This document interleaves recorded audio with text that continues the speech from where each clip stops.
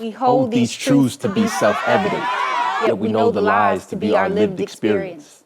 Our ancestors, dreaming of freedom while living in a nightmare, deferred prayers, their supplication to the Creator for a place they could call home, constructing this country brick by brick, their sweat equity and calloused fingers the only testament to their strenuous work. It's hard when you aren't welcome in the house you built. No access to the land where you broke your back and your spirit. The American dream only attainable when in slumber. When in slumber, strange fruit finally gets the chance to blossom. The sun may shine and the Lord may bless this country, for it acknowledges that all men are created equal, not. You could be worth your weight in gold, but if your skin is just a little too bronze, you'll always just be a third-rate citizen, left on the block, disqualified before you ever had the chance to participate. I mean, they don't call it the human race for nothing. But how can we run a race if they have a 400-year head start? Our pace, pounding a rhythm with the cadence of surviving, yet we can't see the finish line if it's constantly being moved. Yet you're expected to still push through, even when every attempt is made to exclude you. Soldier on and keep up the good fight.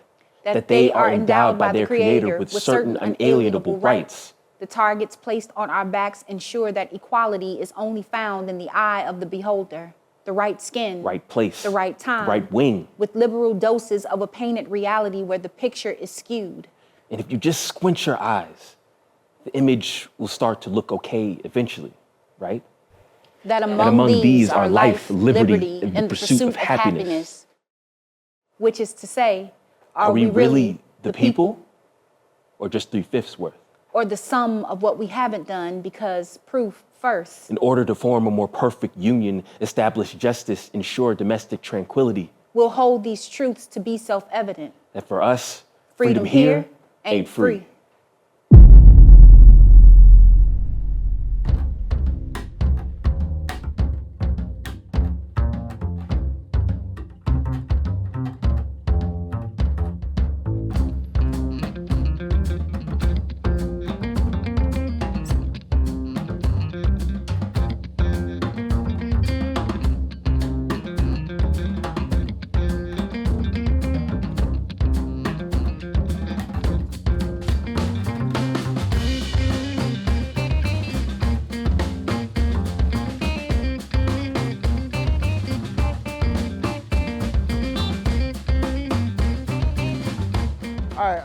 When I think of Juneteenth, I think of all the things that we can accomplish when we are truly free. I think since Juneteenth has occurred, like since that date, it has been like the thing that got the ball rolling, and we have become freer since then, right? So not an ultimate free, but freer since then. What that tells me is that we can continue to accomplish things the freer we become, the freer we have our hearts, the freer we have our minds, the freer we have our freedoms, legalities, and the things that we are allowed to do and allowed to accomplish when we are uninhibited by the things that will restrict us. That's what I think about when I think of Juneteenth. We are going to continue to be freer and continue to rise as we get freer.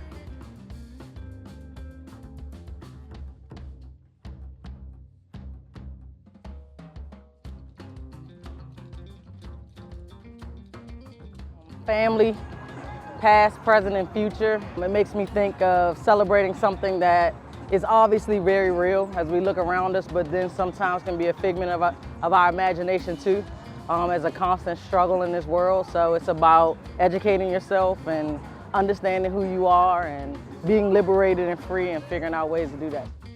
On Juneteenth, we celebrate that all Black Americans finally know that by the law of the land, they're free. And to me, Juneteenth means complete freedom for everyone.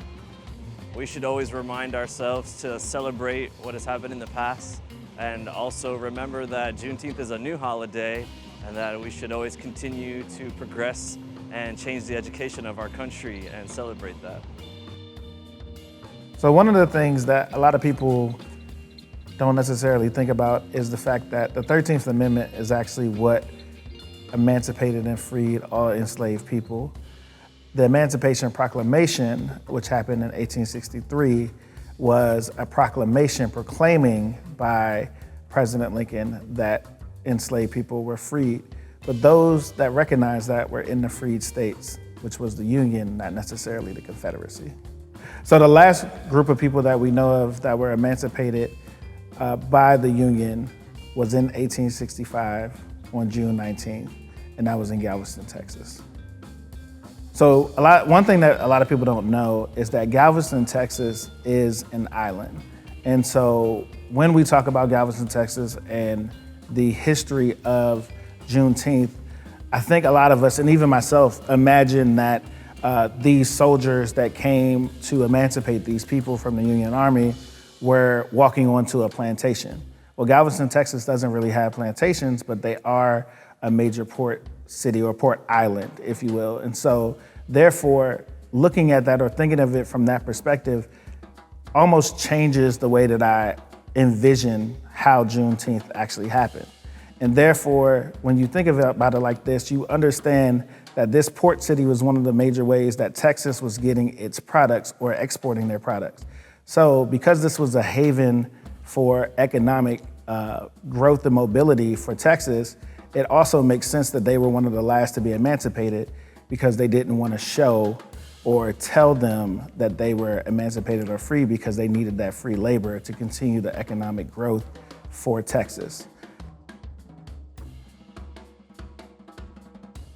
When we talk about emancipation and this particular part in time in history, we don't always recognize the fact that plantation owners also wanted to make sure that enslaved people tried to stay on the plantation or stay enslaved, meaning that once they even told them that they were emancipated, many of them also let them know that it's hard out there for you, you may not be able to find work, and it was true for some of them, and so some people stayed.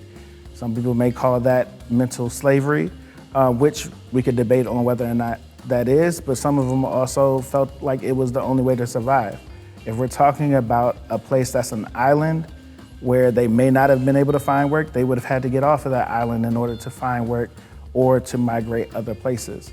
So when we talk about this part of history, I want us to really evaluate and think about all the aspects and all the things that the people that went through these things had to go through and what they had to think about and how they had to make choices that may have been extremely difficult for them in order to continue to survive.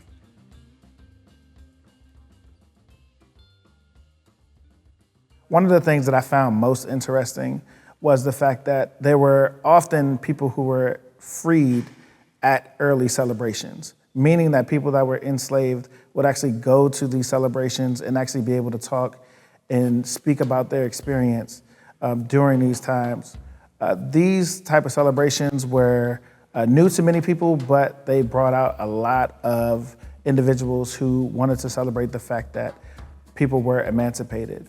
Also, one of the things that I found was that there are a lot of people that didn't know about Juneteenth, and in fact, Texas is the place where most people celebrated Juneteenth until more recent history.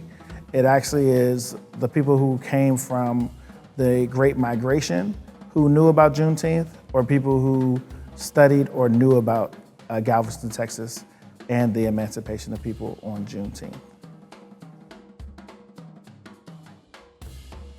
In this day and age, we see how history is trying to be rewritten for us.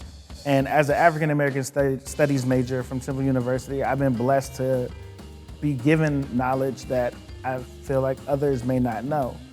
But right now, they're trying to take away and erase our history as if no one knows it, or as if we won't continue to spread this history.